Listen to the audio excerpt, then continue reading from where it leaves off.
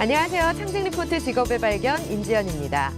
일단 시작하고 나면 경쟁 상대가 없고 그 분야의 최고 전문가가 될 수 있는 창직. 오늘의 창직 실장은 어떤 분야일지 지금 바로 만나보시죠. 창직 리포트 직업의 발견. 오늘의 게스트를 소개합니다. 가화 만사성.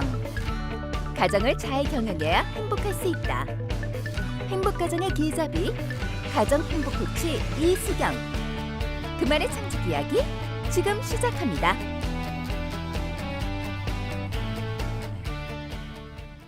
네, 가화만사성이라는 말이 있죠. 예로부터 가정은 깨져서는 안 될 소중한 공간으로 인식되곤 했는데요.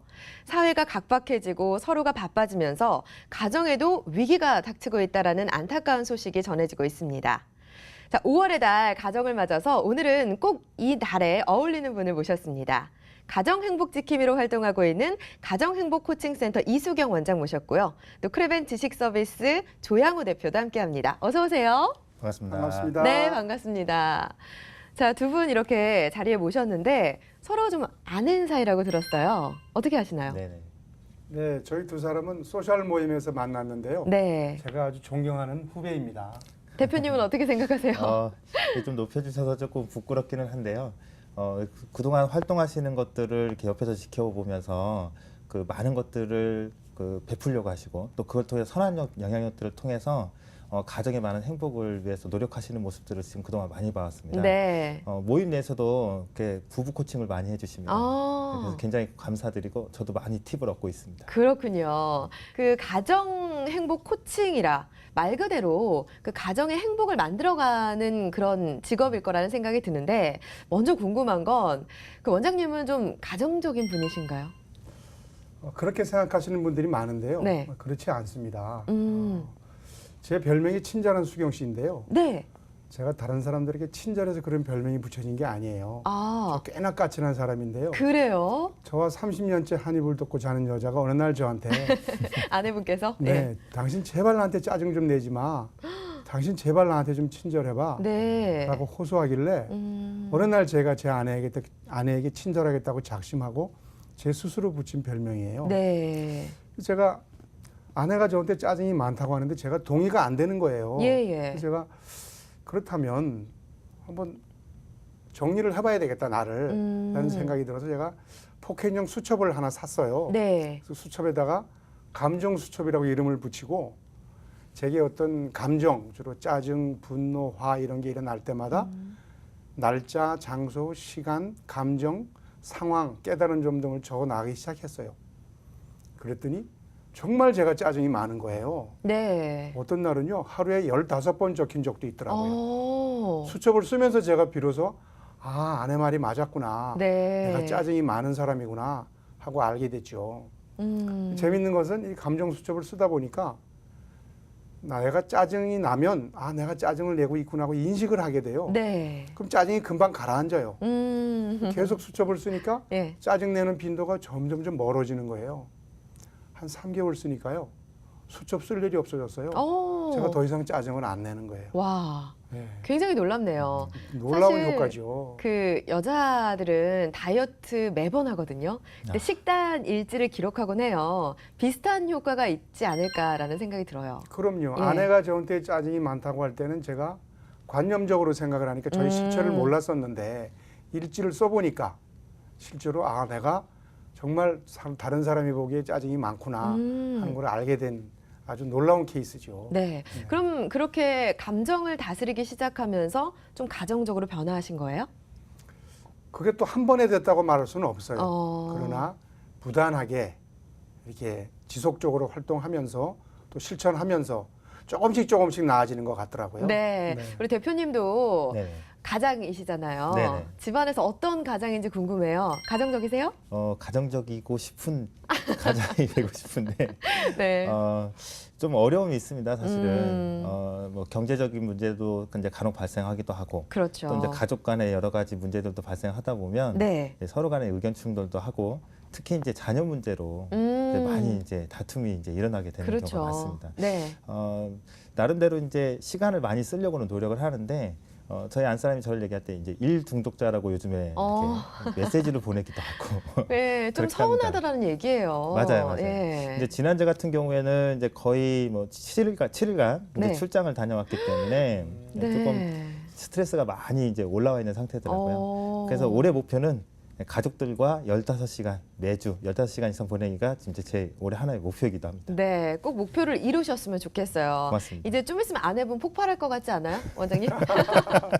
때가 온 것 같으네요. 네, 잘 조절을 하셔야 될 것 같아요. 네. 근데 중요한 것은요. 일을 열심히 하는 게 나쁜 건 아니죠. 네, 그럼요. 그런데 이 가족이 생각하기에 음. 일밖에 모르는 남편, 일밖에 모르는 아버지가 돼서는 그 가족들이 소외감을 느낄 수밖에 없겠죠. 네. 그래서 일도 열심히 하지만 그게 남자의 숙명이잖아요. 네. 열심히 해야 되지만 가족들도 부족한 시간이지만 내가 쪼개서 함께 하고 있다는 인식을 심어주면 정말 베스트 남편, 베스트 아버지가 될 것 같습니다. 네, 명심하겠습니다. 맞습니다. 사실 근데 우리 남편분들이나 아버지께서 너무 또 바깥 일에만 매달리다 보면 어느새 가정에 이제 멀어지게 되잖아요. 그러다 보면 네. 외로움을 좀 많이 느끼게 되니까 잘 조화를 이루기 위해서 노력을 해야 될 것 같습니다. 원장님께 여쭤볼게요. 원래 하셨던 일은 어떤 일이었을까요? 아, 네. 저는 이제 직장 생활을 28년 했었고요. 네. 지금 7년째 기업을 경영을 하고 있습니다. 아. 네, 그래서 말씀드린 대로 28년 동안 정말 직장 생활하면서는 네. 뭐 정말 열심히 일했죠. 월화수목 금금금 이렇게 일을 했었습니다. 거의 조 대표님처럼 네, 네. 일 중독자 수준이셨군요. 제 아내가 붙여준 별명이 여러 개가 있는데 네. 그 중에 하나가 일 중독자였었어요. 어.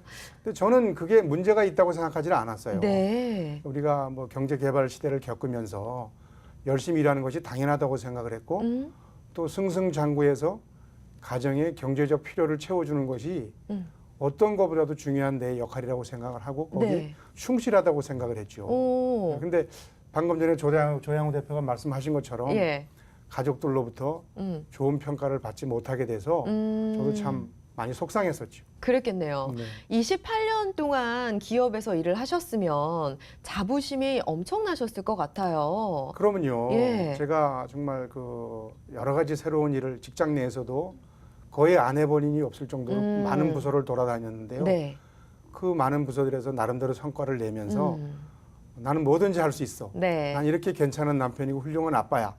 또 훌륭한 사회인이고 라는 자부심으로 똘똘 뭉쳐 있었죠. 네. 그런데 어떻게 이 가정 행복에 관심을 갖게 됐을까요? 아, 그랬었는데요. 예. 결혼 10년째 되던 해 제 아내가 저한테 부부 세미나를 가자고 하더라고요. 부부 세미나요? 네, 예. 네. 그래서 제가 코웃음을 쳤죠. 어. 야, 그런 거 문제 부부나 가는 거지. 네. 우리 무슨 문제 있어? 그런 데를 왜 가? 이렇게 얘기했더니 제 아내가 저한테 당신 행복해? 그러는 거예요. 네. 그래서 깜짝 놀라서 행복하지 않고 그럼 뭐 남편 뭐 승승장구하지, 돈 잘 벌어다 주지, 애들 잘 크지, 뭐가 문제야? 라고 했는데 제 아내는 행복하지 않다고 하더라고요. 와. 제가 그때 깜짝 놀랐어요. 날벼락이네요. 그러면서, 예. 그래서 제 아내가 부부 세미나를 가자고 하는데 제가 뭐 한사코 거절했어요. 네. 그랬더니 제 아내가 거의 울다시피 매달리는 거예요. 아. 그러면서 예. 한 번만 이번에 2박 3일짜리 부부 세미나 한 번만 가주면 평생을 당신을 섬기겠다. 예. 그래서 저는 어. 이 아내들이 좀 지혜로울 필요가 있다고 생각을 해요. 네. 보통 아내들이 그런 권유를 하면 남편이 한 번에 알아듣는 남편들 별로 없어요. 그럼요. 근데 그럴 때 아내들이 대부분 네가 그렇지 뭐 관둬라 관둬 이러거든요. 저는 그거보다 정말 필요한 일이라면 다소 더럽고 치사해도 네.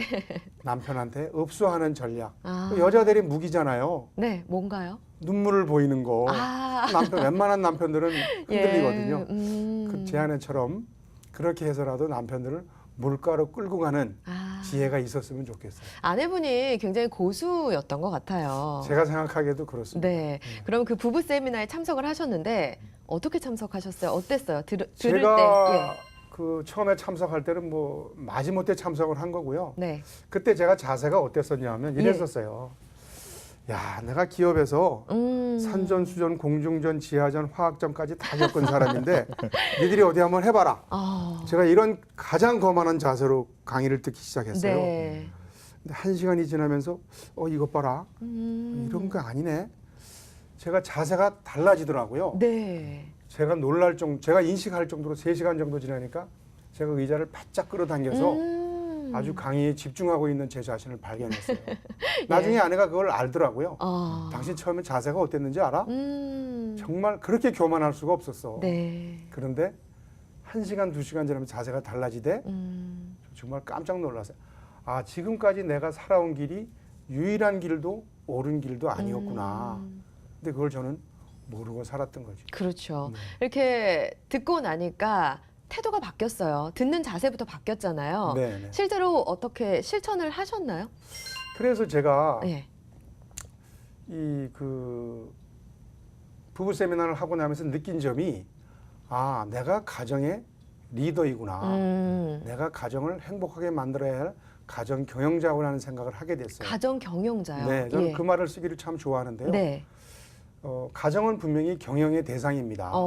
그런데 많은 남편, 아버지들이 가정에 경영할 게 뭐 있어요?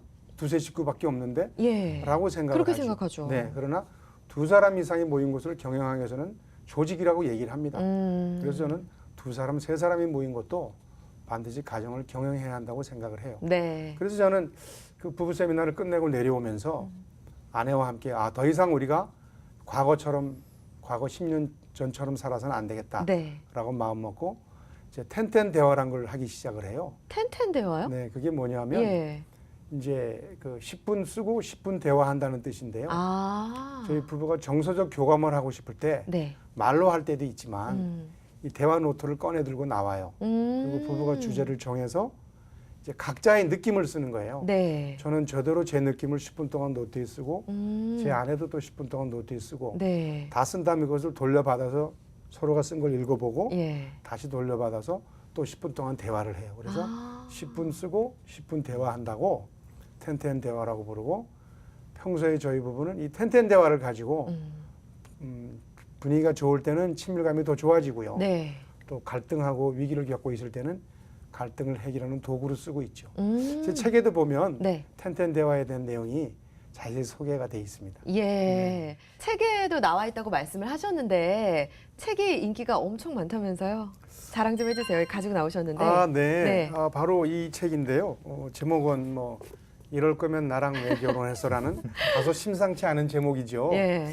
네, 이 책에도 제가 제목이 너무 마음에 들어요. 네, 특히 여성분들이 많이 좋아하시는 제목입니다. 네. 왜냐하면 살면서 음. 이런 말 한두 번 안 해본 우리 아내들 없거든요. 네. 그래서 좋아하시는데 이 내용에 보면 역시 저는 남편들을 위해서 쓴 책이에요. 남편이 가정 경영자고 가정 경영자로서 하지 말아야 할 일들을 쉬운 2가지로 정리를 했어요. 네. 그 쉬운 2가지만 안 하면 우리 가정 행복할 수 있다는 주제로 썼고요. 거기에 보면 이제 텐텐 대화를 어떻게 하는지 또 실제로 저희 부부가 했던 사례들을 다 이렇게 부록으로 기록을 해놨었죠. 그렇군요. 저는 아직 결혼을 안 했는데요. 꼭 읽고 결혼을 준비하도록 하겠습니다. 네, 예. 네. 자, 그리고 나서 10년 동안 공부를 지속했다고 들었는데요. 어떤 공부를 하셨어요? 네, 제가 이 교육을 받고 나니까 정말 그 가정에서의 제 역할이 중요한 걸 깨달았어요. 그런데 저도 뭐 직장 생활을 열심히 할 때니까 네. 이렇게 시간을 내기가 참 쉽지는 않았지만 그렇죠. 주로 이런 교육들을 어디서 하냐면 종교기관에서 많이 합니다. 그래서 그 종교기관에서 이런 교육이 있다고 할 때마다 제가 찾아다녔어요. 아내랑 함께. 네. 10년 동안 그런 것 같아요. 찾아다니고 또 결혼에 관한 서적 또 이렇게 그런 책들을 가정생활에 관한 책들을 많이 읽었고요. 제가 그렇게 직장 생활할 때 해외 출장이 많았을 때였는데도 네.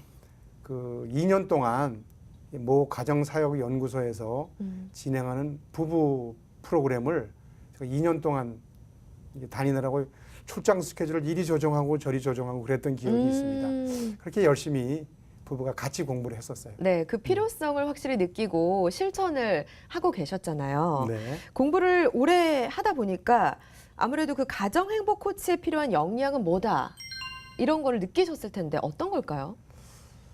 뭐 사실 역량이란 건 별로 없는 것 같아요. 제일 중요한 것은 제가 그랬던 것처럼 우리 남편 아버지들이 너무나 돈과 사회적 성공에만 초점을 맞추고 사시는데 네.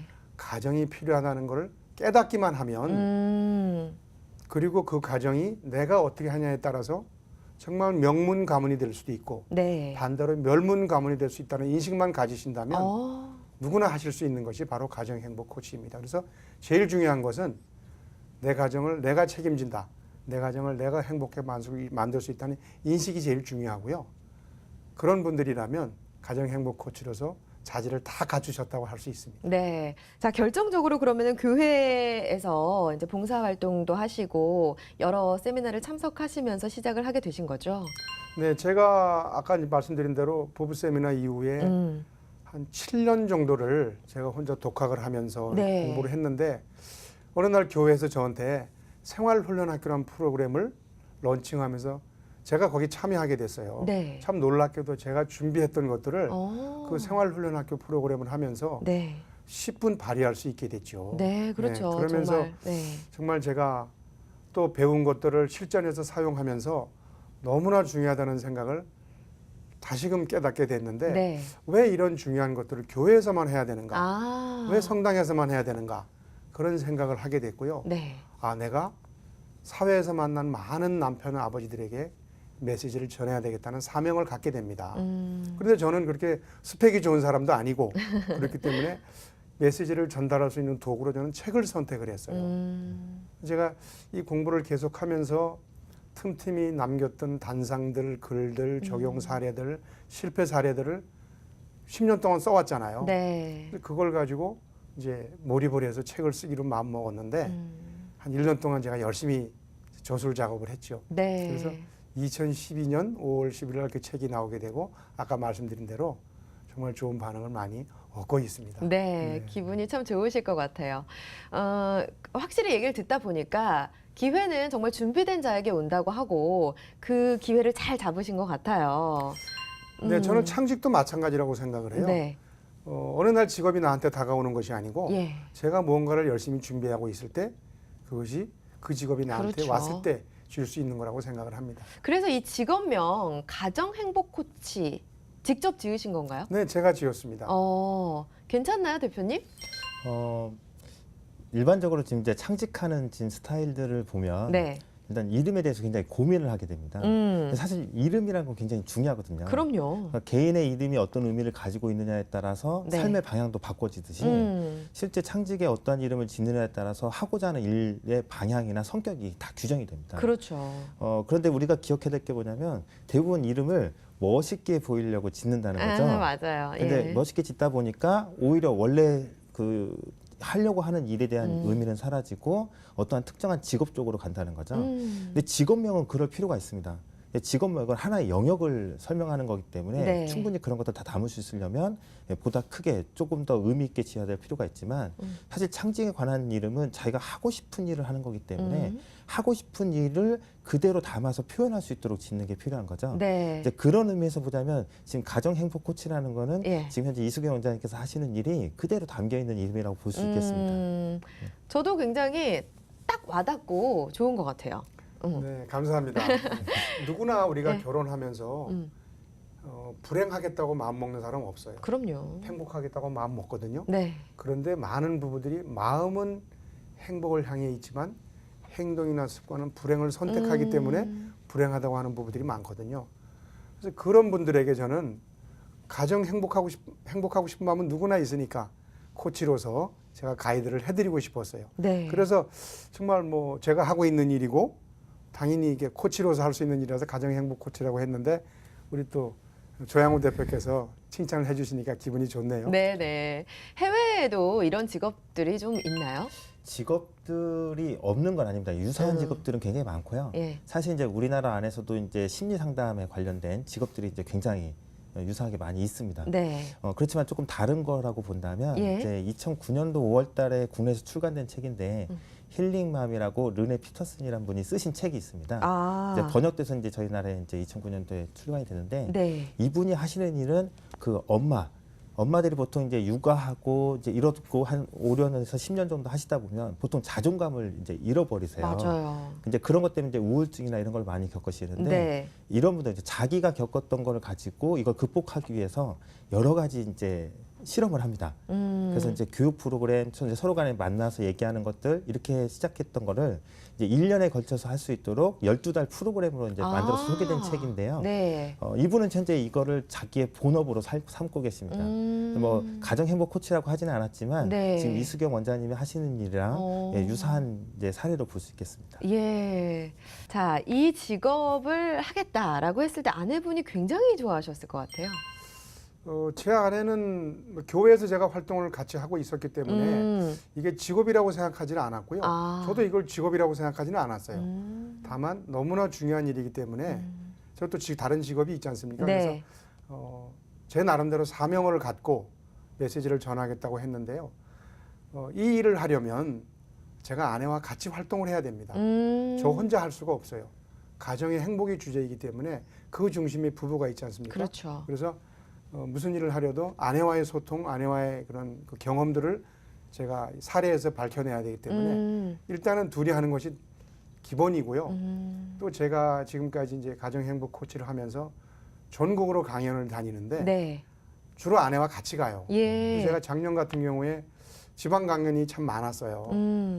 자연스럽게 강연을 가면서 아내와 함께 여행을 하게 되는 거예요. 그러네요. 그래서 제 아내는 정말 이 직업을 너무나 지금은 좋아하고 저보다도 더 자랑스러워합니다. 예, 아무래도 강연을 할 때 부부가 같이 나와서 함께하는 모습을 보면 반응과 호응도도 다를 것 같고요. 그럼요. 그 청중들도 그 부분을 되게 좋아하세요. 많은 분들이 우리가 그 강의를 할 적에 사실은 삶과 강의 내용이 다를 수가 있거든요. 네. 근데 가정행복 코치는 절대 그럴 수가 없어요. 그래서 제가 저희 코치들한테도 제일 중요한 그 덕목으로 자신의 삶에 적용하는 것을 기본으로 하고 있습니다. 아, 그렇죠. 알겠습니다. 그러면 지금도 여전히 투잡이라고 해야 되나요? 함께 병행을 하고 계신데요. 네, 네. 어쨌든 그 이전의 나와 이 직업을 함께 병행할 때 나는 굉장히 달라졌다고 볼 수 있을 것 같거든요. 한마디로 좀 표현을 한다면 어떻게 좀 할 수 있을까요? 네, 그 전에 이제 제가 가정행복 코치가 되기 전에는 이제 직장 생활을 할 때였었는데요. 네.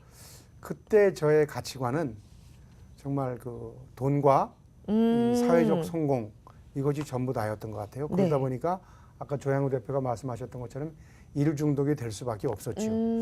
그래서 상대적으로 가족은 나를 위해서만 존재하는 거였어요. 네, 그런데 지금은 그렇지가 않죠. 네. 가정이 어떤 가치보다도 소중하고 제가 그 가정의 경영자로서 저는 많은 아버지들이 이렇게 얘기를 합니다. 가정 경영자라고 하는 것은 가문의 시조다. 우리가 부모로부터 허접한 가문을 물려받았을 수 있지만 네. 자녀에게 허접한 가문을 물려주는 것은 내 책임이다. 예. 그래서 우리 가문의 시조라고 생각을 한다면 우리가 가정 경영을 얼마나 잘해야 될지 그거는 스스로가 결정할 수 있게 되죠. 그렇죠. 예전에는 정말 어떤 성공이나 경제력에 대한 그런 집중해서 일을 하셨는데 이렇게 하면서 사명감을 갖고 일을 하고 계시잖아요. 그러다 보니까 좀 주변에서는 어떤 반응을 보였을지도 궁금하고요. 이 직업을 갖는다고 했을 때 주변에서 어떤 식의 반응이 왔어요? 네, 제가 이제 기업을 경영하고 있는 사람인데 이런 가정 행복 코치를 한다고 하니까 주위에서 하나같이 이런 반응을 보여서 그거 돈이 안 될 텐데 맞아요. 이런 반응을 보이셨어요. 그래서 네. 제가 대답은 하지 않았지만 그분 저는 속으로 돈 때문에 하는 게 아닌데 저는 제가 살아오면서 잊고 있었지만 뒤늦게 너무나 소중한 가치라고 생각했던 것들을 다른 사람들에게 전함으로써 그분들에게 선한 영향력을 미치고 싶어서 했기 때문에 네. 다른 사람들의 그런 그 인식에 영향을 받지 않을 수 있었죠. 네. 그럼 이렇게 활동을 하면서 굉장히 보람을 많이 느낄 것 같아요. 네, 그렇습니다. 네, 가장 보람 있었던 그런 기억들, 경험들 얘기해 주세요. 많은 사례가 있는데요. 네. 제 책이나 또 강의나 코칭을 통해서 음. 이제 주로 문제 부부들을 만나게 되잖아요. 그렇죠. 저는 사실은 건강을 건강할 때 지켜야 되듯이 이 행복도 행복할 때 지켜야 된다고 생각을 하는데 네. 그래서 제가 강연을 많이 하는데요. 예. 저한테 상담이나 코칭을 받으러 오는 분들은 많이 망가진 상태에서 오세요. 그런데 그분들이 회복이 될 때 아, 정말 보람을 느끼죠. 그럼요. 네, 그래서 제가 이제 모 방송국에서 이제 라디오 특강을 했었는데요. 네. 거기 여성 앵커가 한 분이 계셨어요. 예. 그분이 이제 저랑 이렇게 특강을 진행을 하고 끝나고 방청객들과의 이제 토크가 있었는데 그분이 저한테 그러는 거예요. 선생님, 저 고수부지 같은 데 가면 부부들이 나이 든 부부들이 손잡고 다니는 거 있죠. 그거 진짜예요. 저거 다 쇼죠. 재수 없어요. 이랬었어요. 네. 그래서 제가 그 여성 DJ가 50대 초반의 여성이었는데 예. 제가 물어봤죠. 부군과 사랑해서 결혼하시지 않았나요? 그랬더니 그렇다는 거예요. 네. 근데 지금은 어떠세요? 그랬더니 사랑은커녕 꼴도 보기 싫다는 거예요. 어. 너무나 남편의 일거수일투족이 싫다고 얘기를 하시더라고요. 그래서 제가 네. 그분에게 사랑해서 결혼하셨다면 사랑했던 때를 떠올려 보시면서 제가 숙제를 드렸어요. 네. 하루에 한 가지씩만 남편의 장점을 적어봤으면 좋겠다. 근데 그분이 저는 그러다 말 줄 알았어요. 네. 그리고 100일 동안 그분이 그걸 하셨어요. 아. 정말 100가지가 넘는 장점을 적어보니까 자기 남편이 너무나 괜찮은 사람이었던 걸 오. 다시 깨닫게 된 거예요. 네. 지금은 두 분이 정말 손잡고 다니세요. 네. 그러면서 제가 하는 강연장에 오셔서 실제로 사례를 설명을 해주시니까 네. 많은 분들에게 그런 영향력을 미치고 있고요. 그럼요. 그 외에도 많은 사례들이 있는데요. 예, 예. 제 그 후배 하나는 이제 50대 중반인데 캠퍼스 커플이었어요. 네. 너무나 사랑해서 죽고 못 살아서 결혼했는데 너 아니면 못 산다고 결혼했는데 결혼하고 보니까 너 때문에 못 살겠다. 그러니까요. 그런 네. 말도 많이 하잖아요. 네. 그래서 이 부부가 뭐 애는 둘이 태어났고 네. 헤어질 수는 없어서 부부가 합의하에 남편이 새 집 살림을 하고 있었어요. 놀라우시죠? 예. 그런데 정말 그렇게 하고 있었어요. 어머. 그런데 남편이 아무 죄책감이 없는 거예요. 아. 왜 그런가 하고 그 부부를 코칭을 해보니까 네.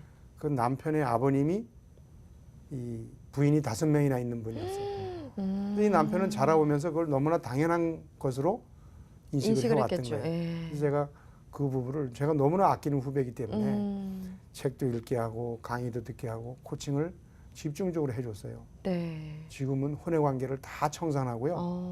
너무나 행복한 부부가 돼서 제가 진행하고 있는 행복한 아버지 모임에도 나오고 그런 부부로 바뀌었습니다. 아니 이게 지금 실제 사례라는 거잖아요. 네, 네. 거의 뭐 불가능하고 회복이 안 될 것 같았던 사이가 이렇게 좋아진다고 하니까 진짜 이 일에 대해서 정말 보람을 많이 느끼실 것 같은데 그렇습니다. 저도 얘기를 들으면서 생각을 해보니까 글쎄요, 저희 아버지 같은 경우에는 이제 연세가 60이 넘으셨어요. 워낙 그렇게 살아오셨기 때문에 남의 얘기를 잘 안 들으시거든요. 그러시죠. 이런 분들한테는 좀 어떻게 도움을 드릴 수 있을지 궁금해졌어요. 네, 뭐 우리 또래 또는 그 이상의 우리 아버님들을 보면 네. 사실 참 힘들게 살아오셨잖아요. 예. 이 경제의 발전과 더불어서 음. 정말 우리나라를 일으킨 주역들이세요.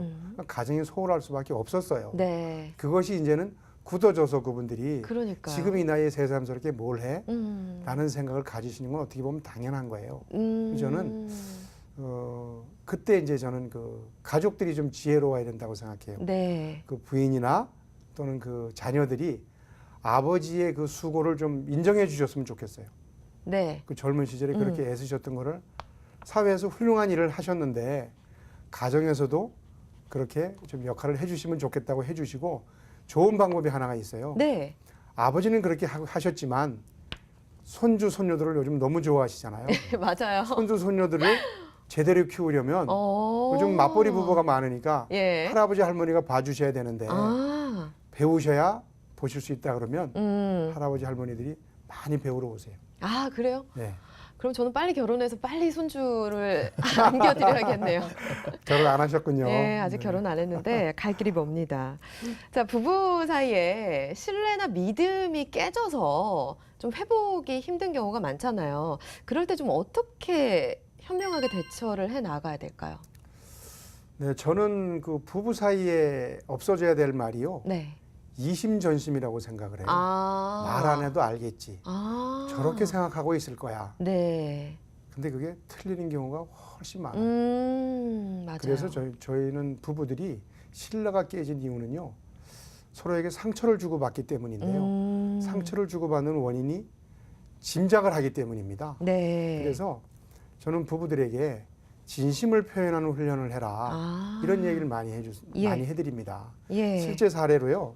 예. 어떤 부부가 있었냐면 자전거 타기를 즐겨하는 남편이 있었어요. 네. 매일 자전거를 탑니다. 어느 비 오는 날 아침에 아내가 남편한테 이렇게 얘기를 하는 거예요. 당신 오늘도 자전거 타고 나갈 거야? 그렇죠. 대부분 그렇게 얘기하죠. 네, 그렇게 얘기를 하니까 남편이 화를 벌컥 내면서 네. 내가 바보냐? 이렇게 비 오는 날 자전거 타고 나가게? 이렇게 그게 해서 수순이에요. 부부싸움을 예.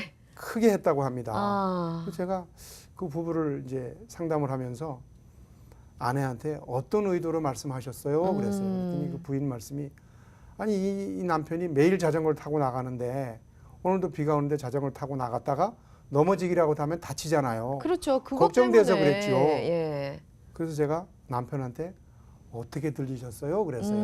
그 남편은 아니 이 마누라가 나 자전거 타는 걸 평소에도 싫어했는데 비 오는 날 내가 미쳤어요 자전거 타고 나가게 또 시비를 하니까 시비 거는 걸로 알았죠. 네네. 이렇게 해서 싸움이 된 거예요. 그렇죠. 그래서 제가 부인한테 진심을 표현해 보세요. 그랬더니 이제 훈련을 제가 시켰죠. 네. 남편한테 이렇게 얘기를 했어요.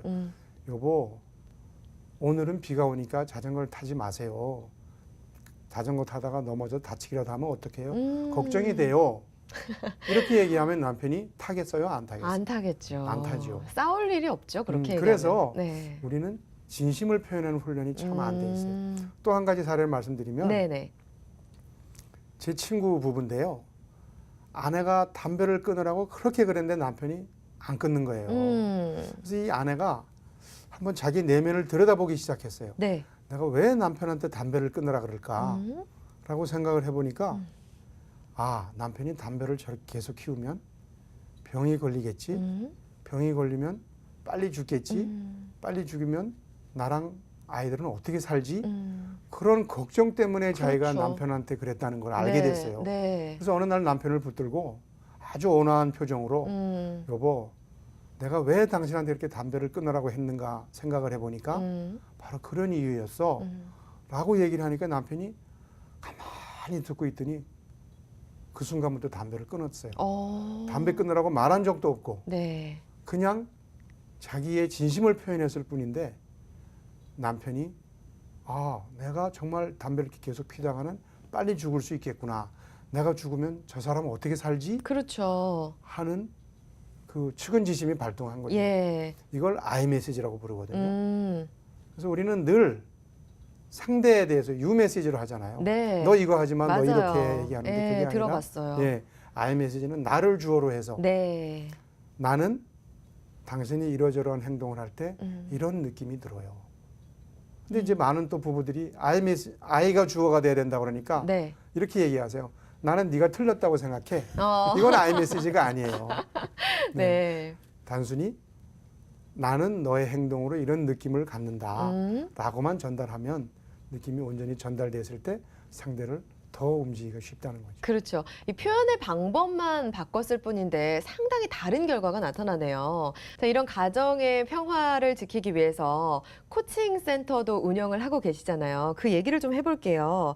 그 과정에 참가하신 분들이 몇 분이나 되세요? 지금 6명이고요. 예. 네, 이제 코치로 양성을 하고 있는데요. 제일 중요한 것은 제가 이 일을 시작하게 된 동기를 아까 말씀드렸잖아요. 네. 많은 남편들이 돈과 사회적 성공에 초점을 맞추고 살아가다 보니까 그렇죠. 가장 중요한 우리의 행복의 주체인 가정을 도외시하게 된다는 거잖아요. 그래서 제가 그분들에게 제일 중요하게 생각하는 게 돈을 목적으로 일을 하지 말아라고 얘기를 합니다. 그래서 저는 웬만하면 다른 잡이 있는 분들이 이 일을 하시길 권유드립니다. 네. 네, 왜냐하면 이 일을 생계로 하게 되면 우리가 먼저와 같은 결과를 얻게 되니까요. 그래서 이거는 철저한 사명감에서 네. 그리고 제가 두 번째 중요하게 생각하는 게 반드시 배운 것을 내 삶에 적용하게 하는 것을 원칙으로 합니다. 저희 코치들은 서약을 하게 해요. 네, 서약이요? 서약, 어. 선서를 하게 합니다. 네. 나는 내 삶에 먼저 적용하고 내 가족에게 적용하고 아. 변화를 이룬 다음에 다른 가족을 돕겠다. 네. 이렇게 선서를 하게 합니다. 아. 그게 없이는 이게 또 하나의 돈벌이가 되거든요. 음. 그러면 안 된다는 생각에서 저는 중요한 것은 돈이 목적이 아니어야 하고 네. 내 삶에 적용해야 하고 그걸 토대로 다른 사람의 삶에 선한 영향력을 미치겠다는 분들을 대상으로 코치를 양성을 하고 있습니다. 돈을 벌겠다라는 목표로 시작을 하는 사람들은 무조건 안 된다라고 말씀을 하고 계시고 또 서약을 통해서 실천하는 모습을 보여주자 이런 얘기를 하고 계신데 잘들 따라오고 있나요?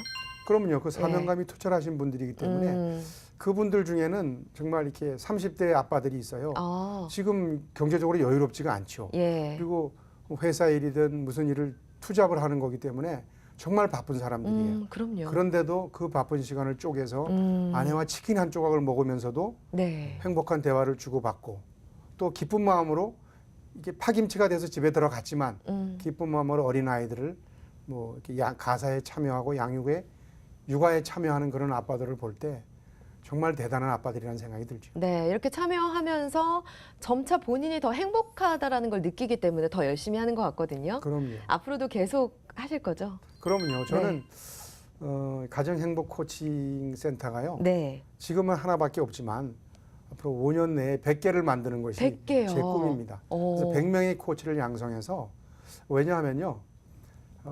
저에게 지금 이렇게 지방 강연이나 코칭을 원하는 분들이 많으신데 네. 제가 또 기업 활동도 해야 되고 또 시간적인 제약이 많아서 일일이 다 응해드릴 수가 없잖아요. 네. 그래서 저는 정말 이것이 그 누구 한 사람의 일이 아니라 네. 대한민국 국민 누구나가 해야 될 일이기 때문에 그렇죠. 적어도 5년 안에 100개의 지점을 만들어서 100명의 와. 코치가 네. 그 지역에서 지역민들을 섬길 수 있게끔 하고 싶습니다. 너무 좋습니다. 저는 대한민국이 지금 불행한 이유는 돈이 없어서가 아닙니다. 아. 세계 10위권의 경제 대국이 됐지만 네. 행복 지수는 OECD 국가 중에 최하위라 그러잖아요. 그것은 가정의 회복에 있다고 생각을 합니다. 아주 중요한 말씀입니다. 자, 100개 지점이라 행복한 일이네요. 네. 대표님 어떻게 생각하세요? 이제 말씀을 드리면서 쭉 생각한 게 뭐냐면 네. 우리나라가 그럼 왜 불행이라는 단어가 이렇게 최근에 많이 늘어났을까라는 네. 것 조금 생각해 봤어요. 예. 근데 거꾸로 이게 좀 돌려보면 가정이 자꾸 파괴되고 그러니까 가정이 자꾸 쪼개져서 그렇죠. 개인화되면서 개인의 행복은 추구하지만 아. 네, 가족의 행복은 멀어졌다는 거죠. 맞아요. 근데 그러다 보니까 스스로 행복하려고 많은 걸 하죠. 네. 뭐 동아리 활동도 하고 사람들하고 이제 SNS 모임도 가지고 그다음에 카페 활동도 여러 가지를 하지만 실제로 그 안에서 궁극적인 행복의 가치는 못 찾고 있는 게 아닌가 싶습니다. 맞습니다. 예. 사실은 가족이라는 것이 왜 소중하냐 그러면 자기가 언젠가 돌아갈 어떠한 상황이 있어서 돌아갈 수 있는 곳이 가족이거든요. 네. 그렇기 때문에 가족의 행복이 그래서 또 중요한 거고 예. 이제 그런 측면에서 본다면 사실 뭐 100명 정도가 아니라 한 200만 정도 필요하지 않을까 네, 이렇게 생각은 하지만 예. 지금 봤을 때는 그 전국 지금 현재 자치시가 75개 정도 됩니다. 네. 자치군까지 따지면 한 85개 정도 될 것 같고 이제 구 단위까지 이제 쪼개게 된다면 이제 100개 정도가 딱 지금 현재는 딱 적절해 보입니다. 네. 그래서 100명 아. 정도는 양성을 하셔야 지금 현재 우리나라를 커버할 수 있고 네. 그다음에 이제 통일 시대까지 고려를 한다면 훨씬 더 많은 인원이 필요할 거라 생각이 듭니다. 그렇죠. 저는 관념적으로 100개를 정했는데 네, 딱. 조영우 대표 말씀 드리니까 타당한 이유가 있었군요. 자, 그럼 이걸 좀 잘 운영하기 위해서 어떤 팁 같은 걸 좀 주신다면요. 이제 대표님. 지금 하시는 일이 이제 이게 어떤 사회적 가치, 그다음에 또 한 가지는 이제 자기의 그 활동에 대한 어떤 만족 이런 것들이 조금 중점이 되어 보이세요. 네. 네, 그러다 보니까 이 일에 투자하실 수 있는 분이 많지 않으실 경우가 많다는 것 같아요. 네. 그래서 지금 이제 5년이라는 시간이 제가 볼 때는 좀 짧을 수도 있다. 네. 좀 더 길게 보셔야 될 수 있을 거라는 생각이 조금 드는데요. 무엇보다 아까 말씀하신 대로 본인의 가족이, 그러니까 부부가 스스로 행복할 수 있는 여건이 첫 번째 요건으로 보여집니다. 그래서 이 일에, 그러니까 본인이 지금 현재 여러 가지 문제를 겪으시는 분이 이 일을 경험함으로써 서로 이제 전파되는 효과로 갈 거라고 보이기 때문에 뭐 앞으로 기하급수적으로 확산이 되겠지만 이제 지금 팁을 드린다면 사회적 기업 형태로 가시는 게 어떨까 싶기는 합니다. 네, 물론 사회적 기업은 돈을 목적으로 하기보다는 네. 사회적으로 이익을 공유하는 걸 목적으로 합니다. 그렇죠. 물론 그게 돈이 이제 자본이 될 수도 있고, 네. 네, 그때 지금 말씀하신 것처럼 어떤 행복이 가치가 될 수도 있고, 어떤 같은 경우 직업이 이제 가치가 될 수도 있다는 거죠. 그래서 지금 하시는 일은 이제 직업이라기보다는 어떤 하나의 또 하나의 일 이렇게 볼 수가 있는데요. 뭐 창직이라는 것이 저희가 직업을 꼭 만들어낸다기보다는 새로운 직무, 그러니까 어떤 하나의 일이 생김으로써 그 일을 같이 하면서 여러 가지 이익들, 사회적 이익, 그다음에 금전적 이익 이런 것들이 발생이 되는 거기 때문에 네.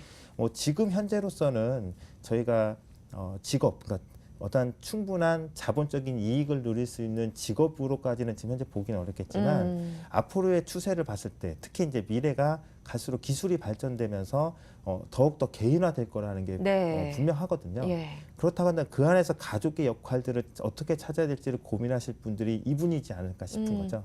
즉 가정의 행복을 다시 찾아주는 일 역할이 아니라 앞으로 미래 사회를 본다면 새로운 가정의 모습들을 이끌어낼 이제 그럴 분들로 이제 좀 생각이 됩니다. 그래서 현재 어떤 직업이라기보다는 앞으로 미래 사회적으로 봤을 때 이 직업이 또 새로운 직업들로 더 발전할 수 있지 않을까 이런 생각을 지금 좀 하게 됩니다. 네. 근데 이 직업의 장점은요. 네.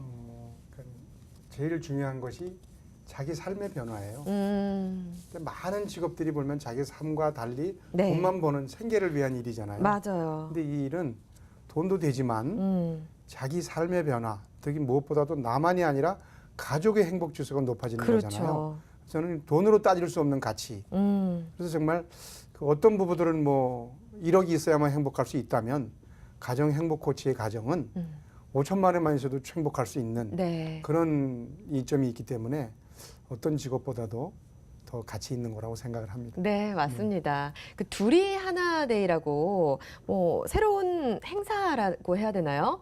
예, 네, 그런 걸 네. 기획하고 계신다고 들었거든요. 네. 어떤 일인지 얘기를 좀 해주시겠어요? 제가 이제 그 가정 행복 코치로서 하고 있는 일이 뭐 강의하고 교육하고 코칭하고 또 각 방송 나가고 이제 이런 건데 이게 한계가 있어요. 네. 이렇게 일회성으로 하는 거 그렇죠. 갖고는 이렇게 다른 사람들의 변화를 이끄는 얘기에 좀 한계가 있다는 생각이 제가 들어서 그런 일들을 지속하면서 제가 1년 동안 꿈꿔왔던 일이 네.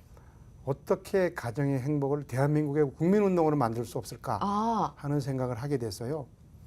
5월 21일이 무슨 날인지 아시죠? 가정의 날인가요? 부부의 날입니다. 부부의 날인가요? 네, 5월 21일이 부부의 날인데 네. 가정의 달이기 때문에 그날을 부부의 날로 어느 목사님이 오래전에 정하셨는데 네. 저는 더 나아가서 매월 21일을 부부 두 사람이 하나 되는 날이라고 아, 둘이 하나 데이로 그래서 이름을- 둘이 하나 네, 데이? 그래서 둘이 하나 데이입니다. 매달이요. 네. 오. 그래서 매월 21일이 되면 대한민국 부부 토크쇼 둘이 하나 데이라고 제가 이름을 붙였거든요. 예. 그래서 두 사람이 하나 된 날로 정하고 매월 21일을 제가 오프라인에서 네. 이 공연과 강연이 있는 그런 토크쇼를 만들었습니다. 예. 방송인 오정철 씨와 함께 만들었는데 네. 지난달 네. 3월에 첫 런칭을 했는데요. 많은 분들이 참석을 하셔서 너무나 좋은 피드백을 해주셨어요. 정말 의미 있는 행사네요. 그럼요. 예. 거기 참석한 그러니까 꼭 부부만 오는 건 아니에요. 예비 부부들도 오고 그런데 많은 분들이 오셔서 너무나 필요한 쇼다. 네. 꼭 필요하고 우리 삶에 적용하면 좋겠다. 이렇게 해서 지금 4월 달에도 4월 21일, 5월 21일 이렇게 매달 이루어지는 부부 토크쇼입니다. 네. 조 대표님도 가셔야겠는데요. 지난달에 가려고 했는데요. 네. 지난달하고 이번 달이 21일이 제가 이제 창직 수업을 진행하는 아. 날이에요. 그래서 못 갔고요. 이제 결혼 10주년 기념으로 6월 달에 6월 달에. 부부 같이 어. 가려고 지금 계획 중입니다. 꼭 5월 아니고요? 5월은 힘드신가요? 가족의 달이라서 가족과 함께 보내고요. 6월 달에 꼭. 네, 결혼 10주년 네. 기념으로 같이 가려고 지금 생각 10주년 중입니다. 기념 선물도 주겠습니다. 감사합니다. 방송에서 직접 약속하셨어요? 네, 네, 예. 자, 가정의 행복을 위해서 이것만은 지켜라 하는 게 있다면 어떤 걸까요? 원장님. 저는 이건 것 같아요. 아까 말씀드린 대로 가정 경영자라고 그랬잖아요. 네. 지금까지 일관된 얘기가 음. 가족의 행복을 위한다고 하면서 우리는 밖으로만 돌았어요. 네. 일이 필요 없다는 것이 아니라 돈이 필요 없다는 것이 아니라 가장 중요한 가족의 행복을 내팽개치는 게 문제라는 거죠. 맞아요. 그래서 일도 열심히 하셔야 되지만 네. 가정의 행복이 어떤 것보다 중요하다는 인식이 먼저 필요하고요.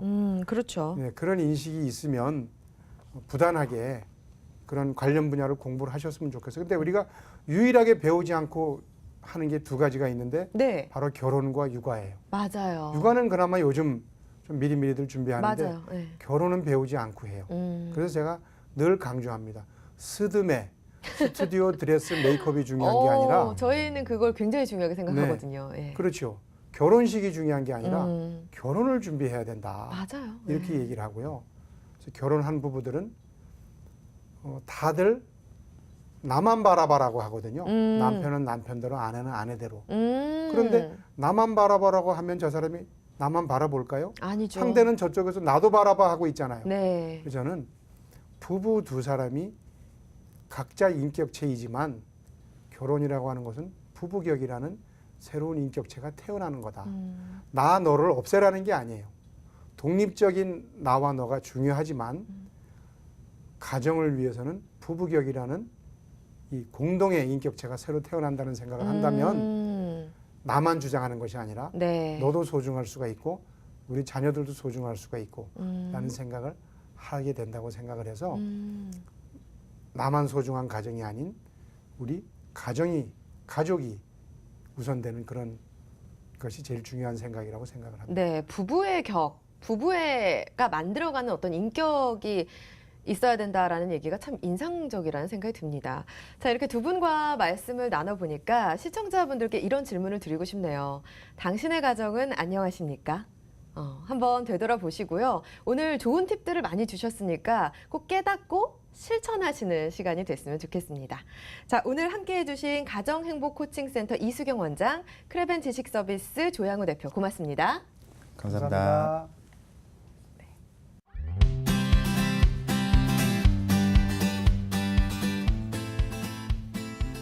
안녕하십니까. 꿈의 실현 대표 백계란입니다.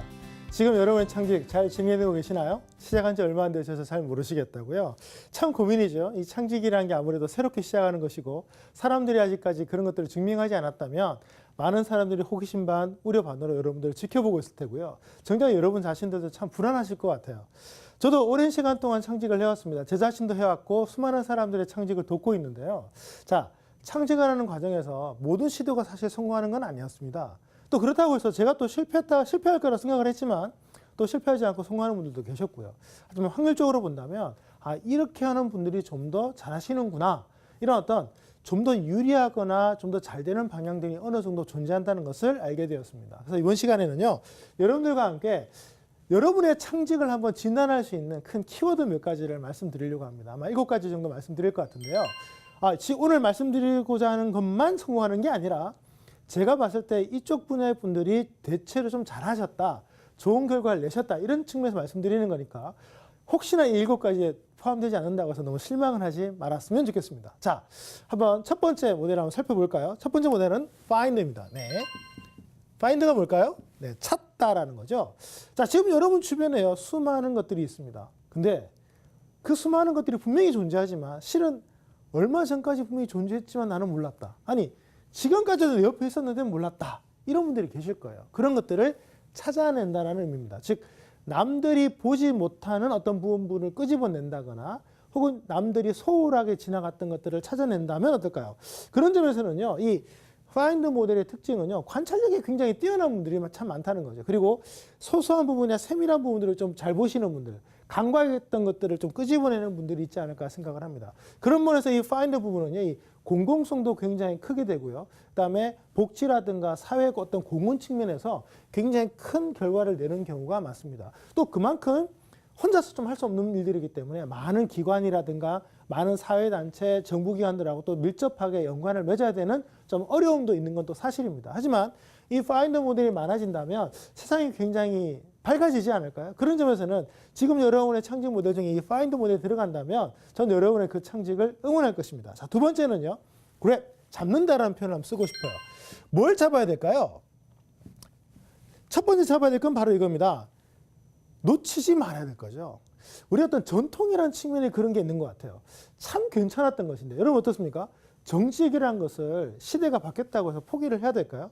참 좀 안타까운 게 뭐 윤리나 정직 이런 것들을요.